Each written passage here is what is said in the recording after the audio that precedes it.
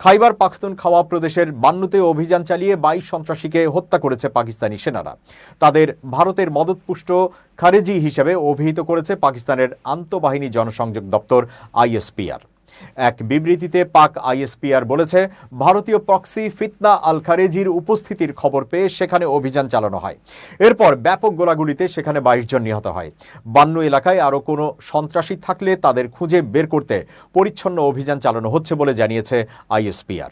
নতুন করে পাকিস্তানের চালানো বিমান হামলার জবাব দেওয়ার হুমকি দিয়েছে আফগানিস্তান। মঙ্গলবার রাতে আফগানিস্তানের খোস্ত প্রদেশে বিমান হামলা চালায় পাকিস্তান। এতে 9 শিশুসহ অন্তত 10 জন নিহত হয়েছে বলে জানিয়েছে আফগান তালেবান সরকার, যদিও পাকিস্তান হামলার কথা অস্বীকার করেছে।